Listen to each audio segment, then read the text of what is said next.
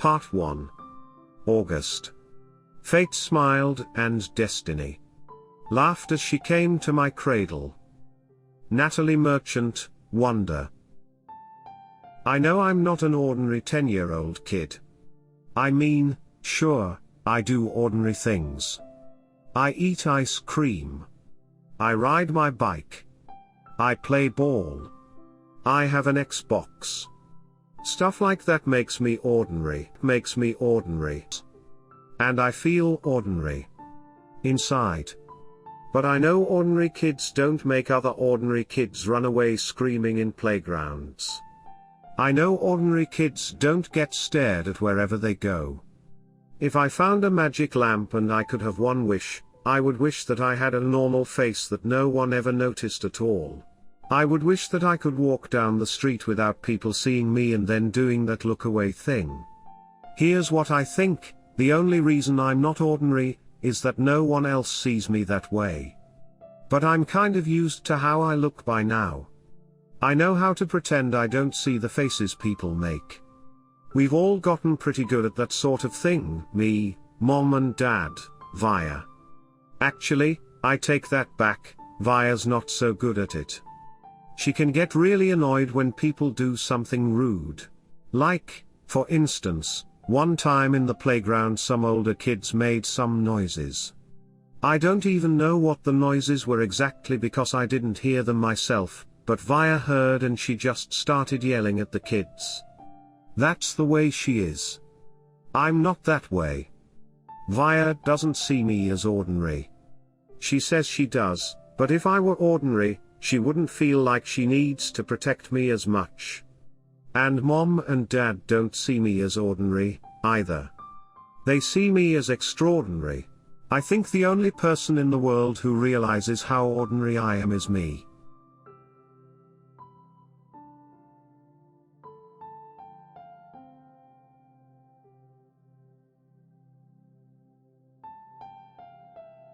Why I didn't go to school. Next week I start 5th grade. Since I've never been to a real school before, I am pretty much totally and completely petrified. People think I haven't gone to school because of the way I look, but it's not that. It's because of all the surgeries I've had. 27 since I was born.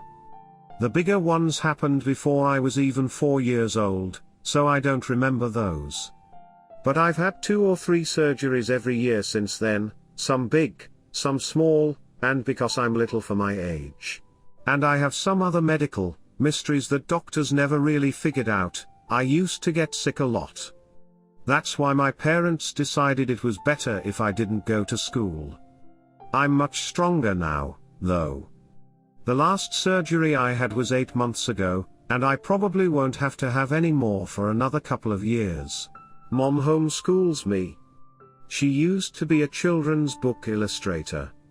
She draws really great fairies and mermaids. Her boy stuff isn't so hot, though. She once tried to draw me a Darth Vader, but it ended up looking like some weird mushroom-shaped robot. I haven't seen her draw anything in a long time. I think she's too busy taking care of me and Via. I can't say I always wanted to go to school because that wouldn't be exactly true. What I wanted was to go to school, but only if I could be like every other kid going to school. Have lots of friends and hang out after school and stuff like that. I have a few really good friends now. Christopher is my best friend, followed by Zachary and Alex. We've known each other since we were babies. And since they've always known me the way I am, they're used to me. When we were little, we used to have playdates all the time, but then Christopher moved to Bridgeport in Connecticut. That's more than an hour away from where I live in North River Heights, which is at the top tip of Manhattan. And Zachary and Alex started going to school. It's funny, even though Christopher's the one who moved far away, I still see him more than I see Zachary and Alex. They have all these new friends now. If we bump into each other on the street, they're still nice to me, though. They always say hello. I have other friends, too, but not as good as Christopher and Zach and Alex were. For instance, Zach and Alex always invited me to their birthday parties when we were little, but Joel and Eamon and Gabe never did. Emma invited me once, but I haven't seen her in a long time. And of course, I always go to Christopher's birthday. Maybe I'm making too big a deal about birthday parties. How I came to life. I like when Mom tells this story because it makes me laugh so much. It's not funny in the way a joke is funny, but when Mom tells it, Via and I just start cracking up. So when I was in my mom's stomach, no one had any idea I would come out looking the way I look. Mom had had Via 4 years before, and that had been such a walk in the park, Mom's expression, that there was no reason to run any special tests. About 2 months before I was born, the doctors realized there was something wrong with my face, but they didn't think it was going to be bad. They told Mom and Dad I had a cleft palate and some other stuff going on. They called it small anomalies. There were 2 nurses in the delivery room the night I was born. One was very nice and sweet. The other one, Mom said, did not seem at all nice or sweet. She had very big arms and, here comes the funny part, she kept farting. Like, she'd bring Mom some ice chips. And then fart. She'd check Mom's blood pressure, and fart. Mom says it was unbelievable because the nurse never even said excuse me.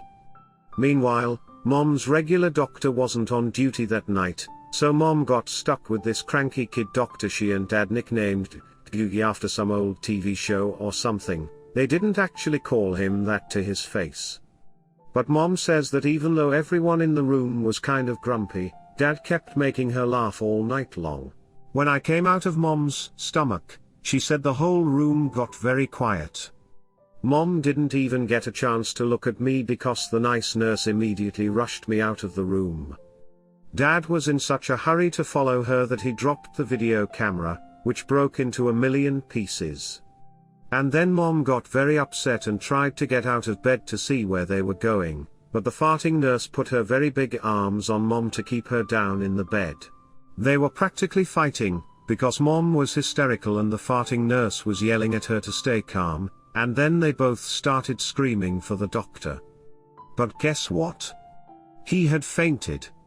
Right on the floor. So when the farting nurse saw that he had fainted, she started pushing him with her foot to get him to wake up, yelling at him the whole time, "What kind of doctor are you? What kind of doctor are you? Get up.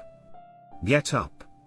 And then all of a sudden she let out the biggest, loudest, smelliest fart in the history of farts. Mom thinks it was actually the fart that finally woke the doctor anyway. When Mom tells this story, she acts out all the parts, including the farting noises, and it is so funny. Mom remembers exactly what the nurse whispered in her ear. When the doctor told her I probably wouldn't live through the night, "Everyone born of God overcometh the world." And the next day, after I had lived through the night, it was that nurse who held Mom's hand when they brought her to meet me for the first time. Mom says by then they had told her all about me. She had been preparing herself for the seeing of me.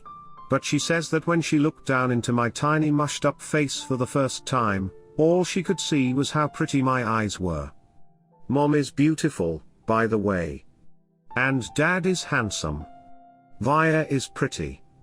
In case you were wondering.